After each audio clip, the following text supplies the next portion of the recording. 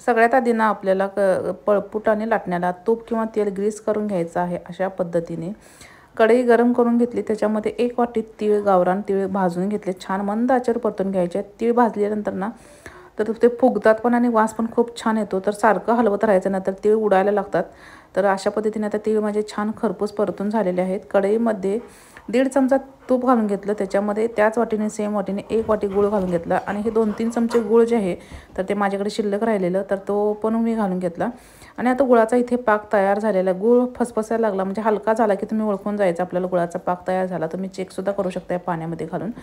तर इकडे आता तीळ लगेच भाजलेले तीळ गुळाच्या पाकात घालून घेतले। अर्धी वाटी शेंगदाण्याचं कूट पण घातलं, कारण मी थोडीशी गूळ जास्त घातली होती त्यामुळे। तुम्ही जर सेम प्रमाण घातलं तर गूळ शेंगदाण्याचं कूट घालायची गरज नाही।